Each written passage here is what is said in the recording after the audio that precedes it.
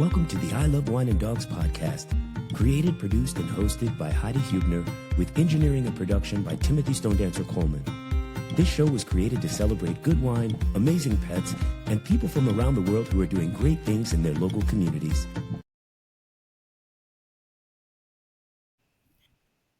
Hi, everybody. Welcome to another episode of I Love Wine and Dogs.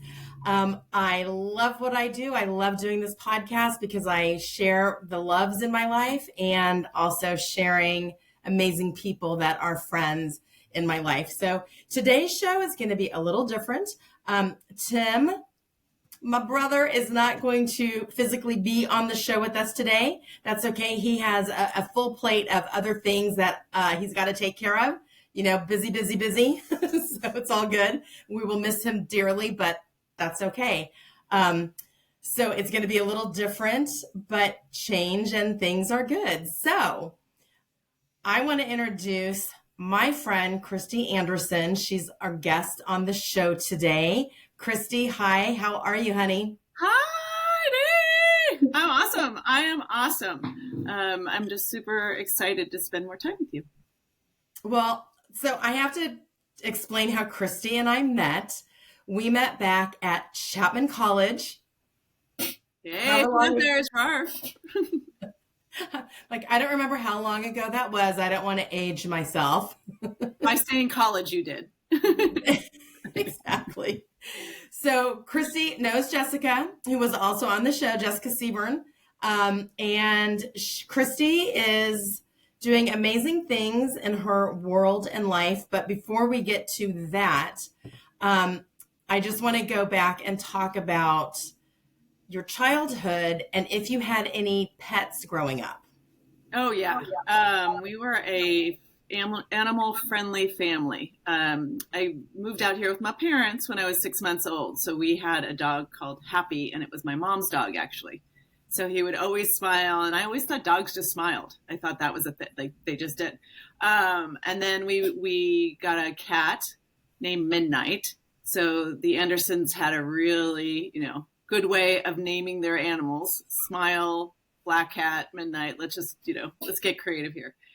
So, I had cats and dogs. We always had pets around, walking dogs was a responsibility. When I went to college, Chapman, my mom actually went to the store to make a final breakfast before I left. And then she came back with pancake mix and a dog. So it was back in the day where people would have litters of dogs and they would go to the supermarket and like, do you want a dog? And most people in the community are good pet owners. So we got a cute dog named Bailey from the supermarket. And so, yeah. So again, you were doing animal rescue before the term came, like today, animal rescue, we've been doing it for, I feel 30 plus years, but yeah, back in the day, that's what we did. Yeah. These dogs were rescuing animals. Yeah. It's a lucky we didn't have like a dog a week because it seems like so many people did that. I would have loved that, a new dog a week, but we had Bailey. Yeah. So I think I told this on one show, I don't remember, but I did come back from a farmer's market with a goat once. My parents were like, yeah, no.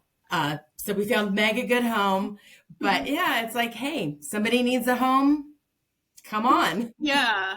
Yeah. It was great. It's been great. I loved the animals. Do we hear Ripley barking in the background? He wants to be heard. Hi, Ripley. We hear you. Saying hi. He's protecting the house. It's probably the squirrel going across the fence or the mailman, either or. So, growing up with pets, when you were a child, did you have an idea of what you wanted to be doing in life? That's a great question. I think as you get older, you look back and say, what did I want to do? I remember going through a phase that I wanted to be an astronaut because I played sports and I was kind of a tomboy and, played ditch where my brother never came to find me, but I thought I was really good at hiding. Not so much because I never looked. But I don't know why I thought maybe I Dream a Genie or something, but you just needed to be athletic. And so that was my idea of going to space and being an astronaut. And then I went through a big astronaut phase. And then I realized that these astronauts just didn't go to space and have a good time. They were actually mathematicians or engineers. And there was such a science to that. And I grew up not having the confidence that I should have had around math and science. So I took a hard left. I was like, well, that's not me. I can't do that. So I bounced around. I wanted to be a performer for a while. I think this is such a great, platform because you can kind of tap into your former performance self. So a lot of different things, but yeah, I remember very clearly the astronaut because I would just be able to jump around in space. So this is going to, again, tie in. I love how it always does to what you're doing now. But were you good at math and science? Did you like it? Or did you just feel like you couldn't? Like, girls just weren't supposed to be good at that. It was just not for me. Like I was a dum-dum. Like that, I just wasn't good at math. No one helped me with math. I felt insecure about math and science. The life sciences, biology, just everything. And so I didn't have the confidence. And I also, I didn't have the ability to say, wait a minute, I really want to figure this out. And I played sports. Like if it was contextual, sports on an angle, right? You play soccer, the speed at which you hit, your approach, all math is around us. And I think if somebody would have put context to it and really helped me through it, I would have had more confidence. But it was kind of like, well, you sit over there with your dunce cap and you just handle yourself without math. So, yeah. I find that so interesting because math and science was not my thing. Gym class was, sports, dance more so than like sports, but whatever we were doing sports in gym class, I just loved it, and playing dodgeball at recess. So our brains, we gravitate towards those things that we like and make us happy. But like you said, math is all around us. And, growing up and no, not trying to knock any of my teachers, but boy, I was made to feel like, yeah, you're just not good at this. This is not your thing. Yep. So I believed it. Yeah. And now I love it. Okay. Yeah. I love math now. I love solving problems. Like that's what math is problem solving. I think it's so cool, but yeah. Okay. I like that. So when you were growing up, who were your role models? And did that change? Yeah. As you got older? How now there seems to be so much access. I mean, we had the encyclopedias and I could look up people, but maybe everybody says this, but really my mom, because I just saw her working really hard. She had 2 jobs, but she made sure we had dinner. We made sure we did her homework.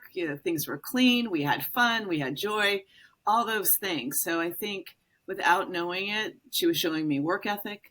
She was showing me commitment. She's a really good friend. And so all of those things that if I didn't call her a role model, I find myself now looking backwards that I modeled a lot of those behaviors. So it's still true today. I have an amazing group of friends that you are included. And I think I learned how to be a friend from my mom.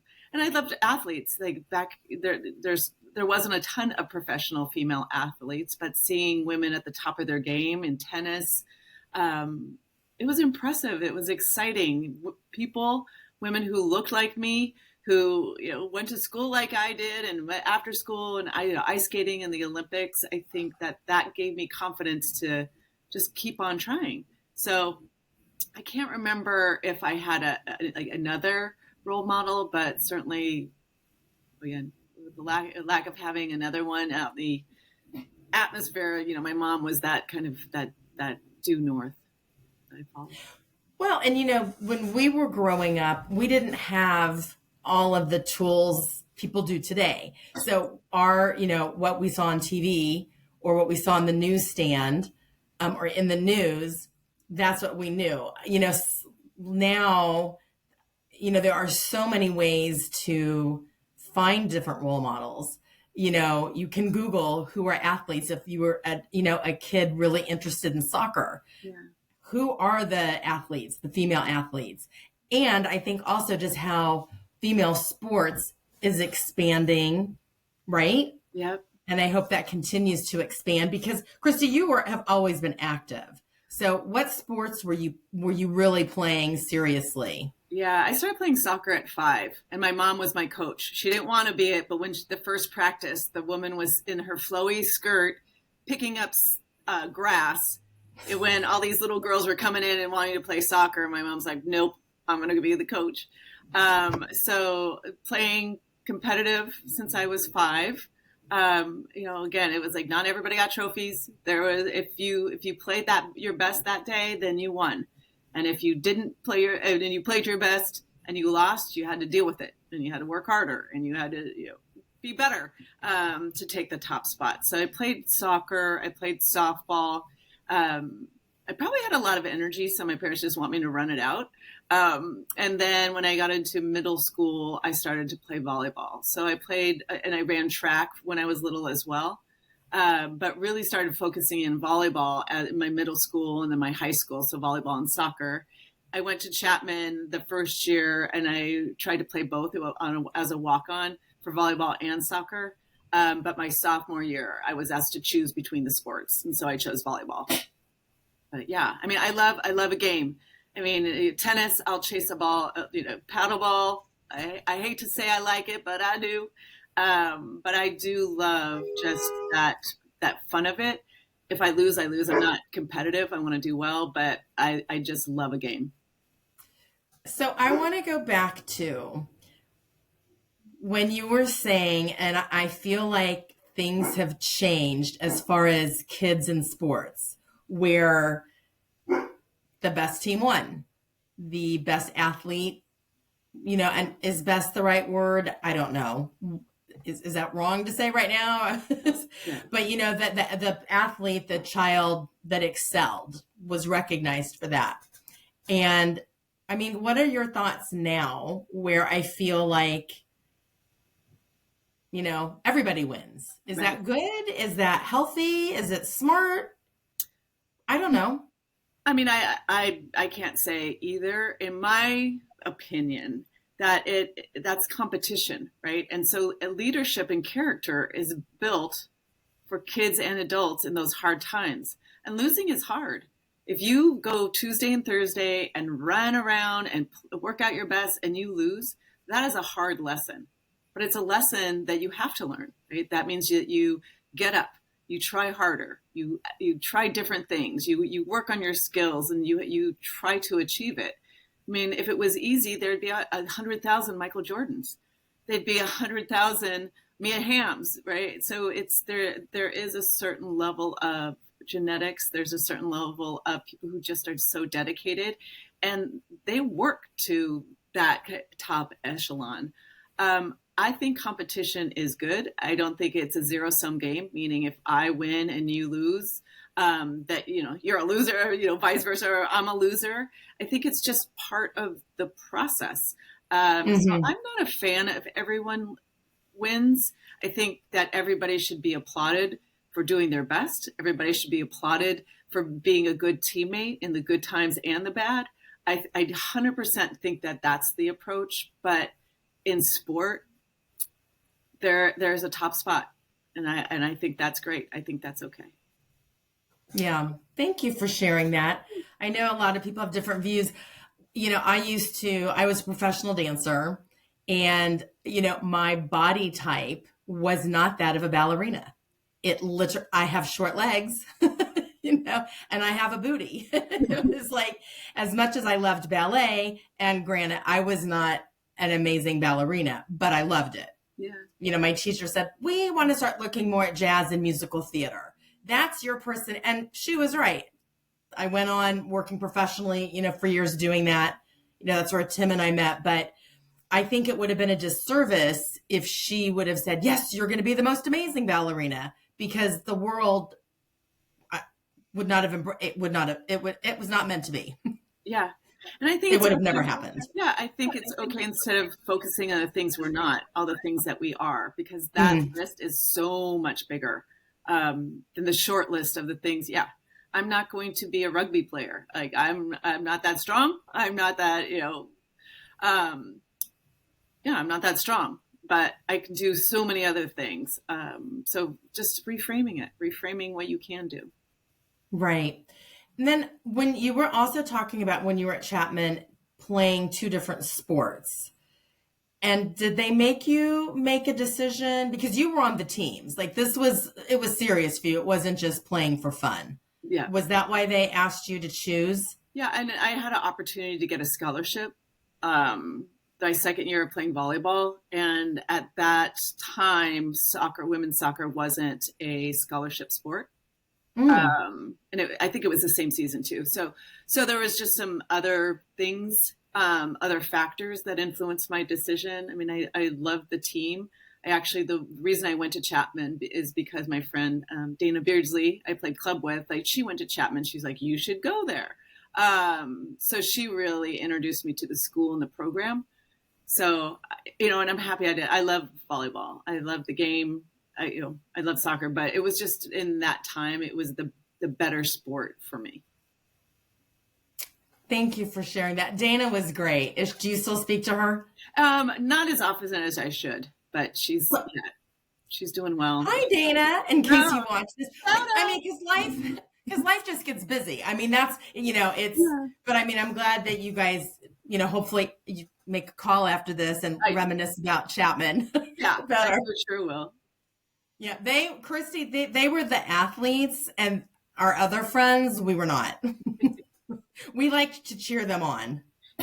But the worlds collided and bonded forever. Yeah, 100%. And with the soccer boys too, Doug and Rick, all those boys, Brody. Yeah, Carrie. Yeah, there's so many good guys. And again, it's like team, right? And even in the dance team in your department, it's like you have like people, you get power from those like people, but it doesn't mean that you only can hang out with them. We had sororities at that time, but our school was so small, weren't sure why we needed it, but it was part of it. It was part of the college experience. Exactly. Our college experience. It was fun.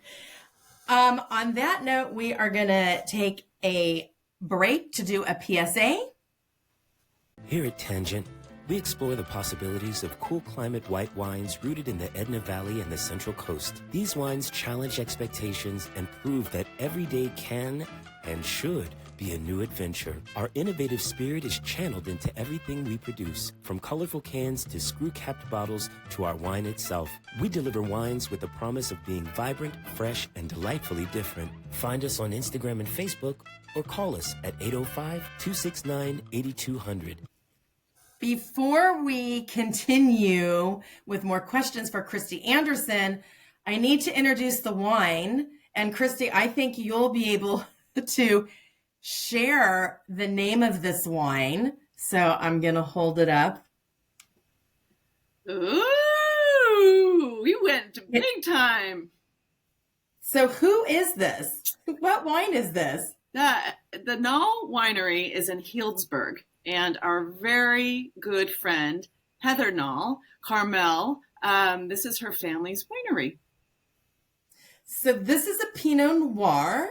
I just thought tie in the Chapman, keep our Chapman love going. We had a girls get together, and Heather had brought a lot of her wine, and I have this great picture. Chris, you were with me when we were taking it back to the car. I had the Chardonnay, the Pinot, the Rosé, bubbles. I feel like anyway, I have like 5 or 6 of them. I took a beautiful picture that I'll post, but I haven't tried this one yet. I don't know. Have you had the Pinot Noir yet? I have. It's so good. They do such a wonderful job. I love Russian River wines. I love wine, so hence it's such a good thing for me. But the Knoll Winery does a really great wine across the board. I've had their whites as well. Okay, perfect. So I'm going to pop that one open later. I can't wait to try it. Wish I was with you. I know. Well, I know. It'll happen sooner than later. So I wanted to know, what would you say to parents about the benefits or the value of children growing up with animals? I think for everyone, I mean, if they have the capacity and the time to have an animal, I think our friend Beth fosters animals. I think it teaches responsibility and compassion without having it be like a curriculum. It just, you learn by doing. And I have friends that live alone, but their dogs are just wonderful companions. So again, if you have the time and capacity, meaning you're home enough, you can take care of them, you have space in your life, I think they add a lot. And the joy, I mean, just like the walking, and I just remember walking around the blocks, and sometimes I just would have talks with my dog. What do you want? What do you think? Or when I was little, I'm sure it's like, hey, I got a math test. What am I going to do? But I just think for everyone, I think that they bring such a joy and a calmness to your life. And so, if you want to give some love, you should give some love, because you will get it back. Absolutely. And again, you can foster, you don't have to, adopt an animal. A lot of the rescue groups need help with fostering, like our friend Beth does with the kittens. I love everything that she posts, and then they find their forever happy home. So, but yeah, I think growing up with animals is important. I mean, if you're able to have them, and I think it's, it's just good for kids. And then they don't have a fear as adults because they've been used to having an animal. Yeah, I agree. Was there a TV show that included math that caught your attention?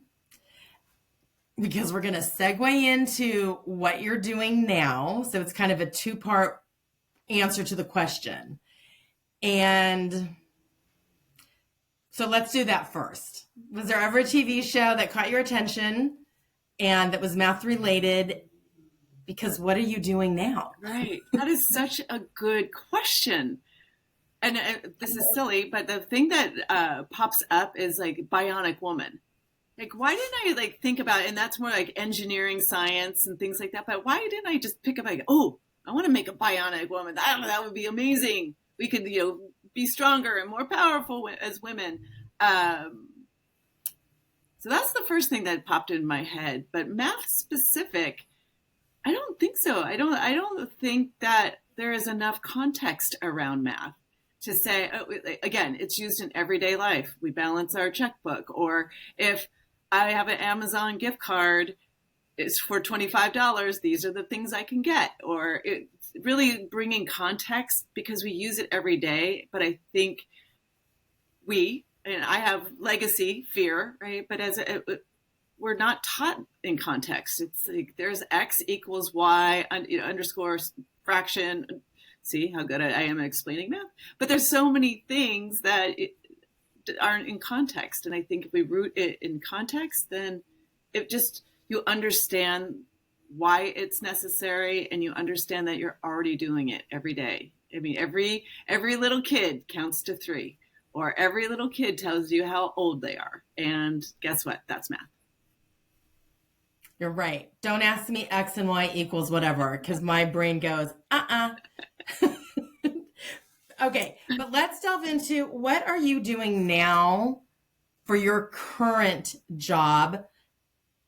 Okay, now I'm going to back up. What were you doing before your current job? And then we're going to go into what you're doing now.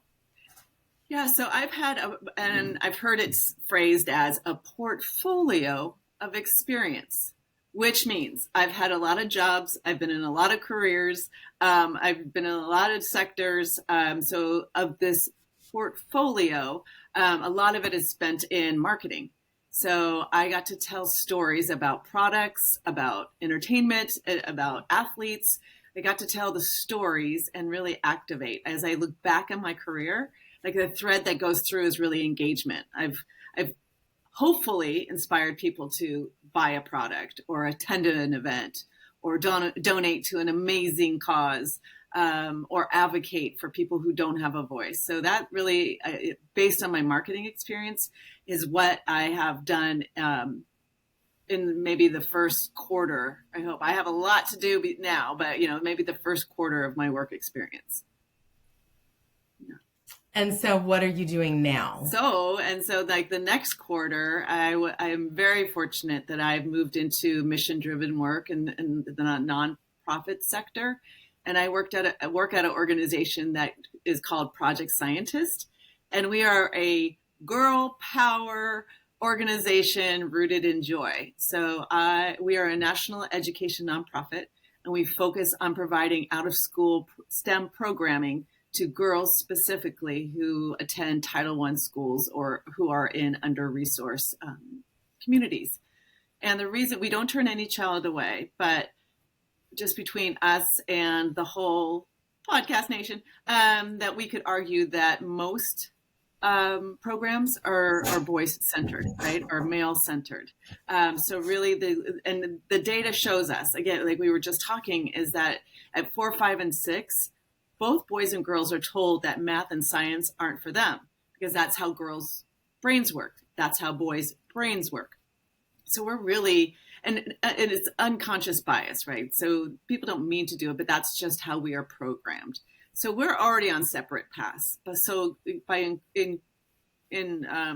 including and creating a female-centric work environment or learning environment, we work together. We're just different. We're different in how we learn. And so the collaboration, the learning environment with only girls really helps elevate the confidence, because maybe you're not confident when you're with boys.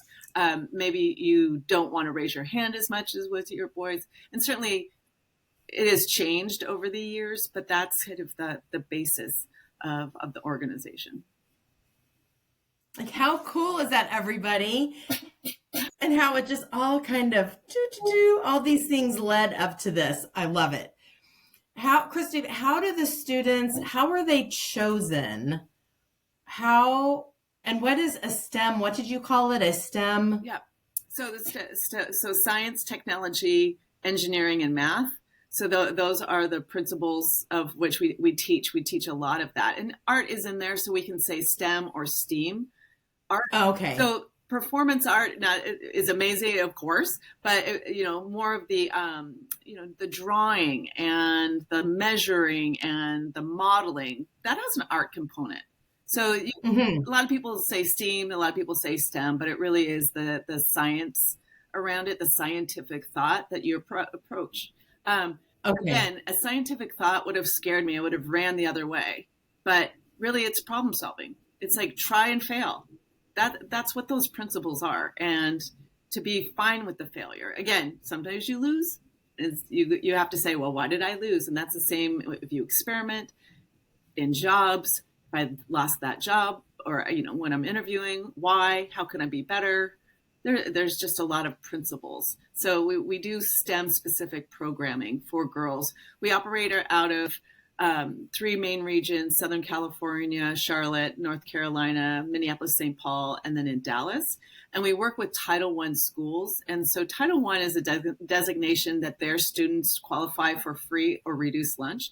So I'm a fundraiser, so I raise the money so then we can fund the programs and bring them to the schools. So they're after school or summer programs where the girls already attend. So then they're safe, they're familiar with the environment, they have the same teachers sometimes. So it really builds this community of comfort and learning and joy as they try and fail. Welcome to The Gladly, a contemporary neighborhood eatery nestled in the heart of Central Phoenix. Here, local chef Bernie Cantat crafts flavorful new American cuisine blended with innovation and tradition. At The Gladly, every dish is a celebration of taste, paired with the extensive beverage program boasting over 350 whiskeys. Join us and savor the magic of The Gladly, where every meal is an experience and every visit a memory. I love that you said comfort in learning, because that's important. Learning can be very intimidating. there were classes, you just kind of took me back to first grade where I was really intimidated to be called on to spell a word out loud. But ironically, I was a great speller. Go figure. Like, I would do the spelling test with my mom studying. Perfect. But for some reason, I don't know what happened that I was like, ugh. Well, and you had, and I froze. Yeah, and your ability to speak and engage people, that had to be you since you were born. So you had all the elements, but then that confidence, and I can feel it too, like the sweat, like kind of getting clammy when I was like, I tried to sit in the back of the class, don't call on me. And yeah, I can feel it. And that stress, that exactly what you just said of being called on. So being a fundraiser, that's hard. It's hard asking for money, but I know you have a gift at doing that. I want you to share the website at the end because I want people to learn more about what you're doing. Are you guys wanting to expand these programs to more schools and possibly other states? Yes. So I don't think asking for money is hard because I believe in the mission. I'll ask people every day because it's not going to my pocket. I think the difficulty is making people feel the impact at $1, again, at your capacity. I think just empowering people, letting them know, like, you can make an impact. And we're a nonprofit, so there's no guess on how we have to operate, right? We're a nonprofit. We operate based on the generosity of individuals, of corporations, of foundations. So I love the responsibility of that. But yes, if it was easy, we'd be a $12 billion organization. We are not. But what I love about it is, instead of, and our founder, Sandy Marshall, this is purposeful, right? Her idea was to go deep in these markets and not be fly by night, not be in one market here and there for a year, for a semester, and then say, great, we're done. Our work here is done. We know that going deep in these school districts, so being a high percentage of their after school programming, that, and year over year, that makes us change makers. Because we will be, from girls, we do pre-K all the way through high school. And so it's this pathway to keep girls engaged, doing experiments or, being around like-minded people. It's like, you like science? I like science. That's so cool. We're together in this. Really creating their own little tribes within this network. So we are working to raise more money to expand, but expansion to our organization is going deep in those communities, so then we can track it, and then those girls can have jobs in their communities. Train Technologies, 3M, they're Capital Group, they're CoreLogic, they're all great supporters of ours, and the goal is that they get to see themselves with the people, with the volunteers, because all those organizations have incredible people who work there. And then in their community, if 3M is in your backyard and you're like, oh my gosh, I can work there one day as a geologist, because they have geologists on staff, that you can not only create this pathway for yourself or be a line worker for Duke Energy. It's like, but you create this pathway and this confidence. It's like, I can do what I want to do. And then the economics of it, right? So if there's a lot of girls who will bring their families out of generational poverty because they've built confidence in themselves to either be science, STEM careers, or something else, but they will have the confidence to do whatever they want to do. Oh my God, that gave me the goosebumps. That's so awesome. When Tim hears this so speaks to what he's also all about. And again, just these good synergies of what you guys are trying to do, not trying to do what you are doing, which is so important. So taking work aside, what do you do for fun? What does Christy do to keep yourself mentally and physically happy and healthy? I surround myself with incredible women. So check, Heidi. And I think that fuels me, right? The kindness and the support and the fun and the laughter that we get. and with wine, so it's amplified even more. But I think based on my roots, I like to be active. So I like to walk. I like to go to exercise classes. I do yoga with our friend Jessica. See how it all connects here. But I like being outside and outdoors as much as I can, because I think for me, like mentally and physically, I can't run as far as I used to, or I don't enjoy as much, but even just a long walk, it just helps me center. So I love being active. Again, I'd play pickleball, or I'd play bocce ball, something. It's like, just give me an activity and let me do it. So I think that has helped, in the hard times when you don't feel like doing it. I just know if I just walk, I trick myself sometimes. It's just like, just go to the end of the street. I don't want to do it, but just go to the end of the street. And once you hit the end of the street, okay, I'll go a little farther, and I'll go a little further. And then by the time the walk's over, I'm like, okay, what's next? And my list changed. And so those are some of the things that I like to do. Yeah, I mean, Christy's funny. I'll be like, hey, girl, what's going on this weekend? She's like, oh, I'm going down to Newport and I'm playing in a tennis tournament. I'm like, oh, that's awesome. Or, I'm going to go hiking for 12 hours. No, 12 hours. I do admire your activeness. And when I'm able to take my bike down, and we've ridden at the beach a couple times, like that is so fulfilling and important to me. So, we've got this beautiful weather. We need to continue to do that. It's a lot of fun. Yes. Anytime. Always in. I love it. So what's the hardest part about your job? I think the hardest part, a lot of nonprofits, right? Lean and mean. And so really having the ability to do all that it takes.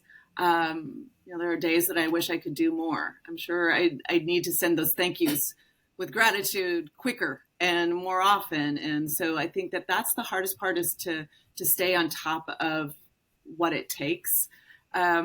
It's hard too. It's hard when you hear no and you think, how would you not want to fund this organization? Like, how do you not want to help your community? I know a lot of people, corporations, are going through some changes, and certainly people want to help. I mean, I think that's my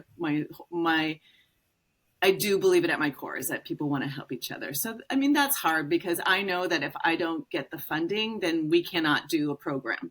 So my job directly correlates with the impact that we can have and the number of girls we can serve. So that's hard, but it's also, on the flip side, it's motivating. I hear not right now, not a hard no. And so it's just that it's the reframing of your mindset. So those are the couple of the things that are hard. I think everybody who wakes up and goes to a job, there's hard elements.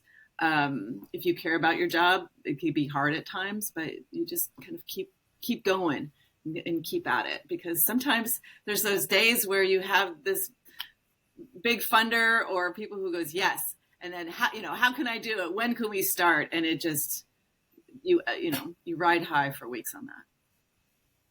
Yeah, that's for sure. Awesome. If I had a magic wand and you could have a couple wishes, and it can be anything. It can be for you selfishly, it doesn't matter what it is. Give me one or two things you'd want to use that magic wand on. Well, selfishly, I would love a magic wand that I could have a ranch in Mendocino or somewhere fabulous. Lots of acreage with little homes on the property. I think we had talked about it one time, like, how do we get tiny homes for all of our friends, and then have a space for some Golden Girl situation in the next, 15, 20 years, that everybody could call home. And, with husbands, with, the kids will probably be out of the house, but just that we would have this center that everybody would just have their key to their tiny home, and they would show up when they would show up. And I mean, if I had a bus or a jet, that I'd just get people, and, that no one would have a worry. It's like, I want to be there. It's like, great, let's go. We're all there. I know we talk about that. I do love that. Like, that would just be so much fun. It's like, I think it's going to happen one day. You know what? We're going to figure it out. We're visualizing it, and yeah, I totally agree. So that would be a big magic wand wish for me. All my friends are happy and healthy. Life is hard, but that people who are suffering today, won't suffer tomorrow, and then we all remain happy, not live forever, but a real long time. I don't want anybody to go. I don't want anybody to go. So, yeah, those are the two things that come to mind. Oh, Kristy, I love you. Is there anything we didn't get to talk about that you want to share? Anything we left out or? No, I mean, I love this conversation. I love, every time we get together, just how being friends and good friends for multiple years. But it's always fun. There's always something to talk about and new discoveries and new perspectives and different perspectives. So in addition to having a pet when you're young, I think that having these friends that you can trust and who will build you up and who will be there for you, I think like a trusty dog or cat. But I think it's just so important. It makes my life fuller. So yeah, no, I love this conversation. I think that you have a real gift connecting people in a lot of different ways and making them feel happy. And so this is just, this is going to be incredible for you all. Aw, thank you. Tell the audience where they can find your nonprofit. We'll post it, but if you want to say it as well, that would be great. Yeah, thank you so much. So Project Scientist, so it's www.projectscientist.org. Yeah, and if people want to volunteer, if they want to give of their time and treasure, we would love you to help, because we are creating this incredible new generation of STEM leaders who are diverse in thought, they're diverse in background, and we believe that a Nobel Peace Prize will go to a Project Scientist girl in the next few years. So we're very excited to be a part of that. I love it. That is awesome. So that concludes my interview with Kristy Anderson. I love you. I appreciate you. I can't wait to see you and just spend some more fun time with you and our other girlfriends. I also just want to remind everybody, please adopt and don't shop. We have so many amazing animals in the shelters and with rescue groups everywhere across the United States, not just here in California. You can foster, you can volunteer. Reach out to me if you need to know where your local shelters are, but just, we need your help. The animals need your help. And on that note, everybody, thank you for joining the show. Until next time, everybody take care, be safe, and sending out love.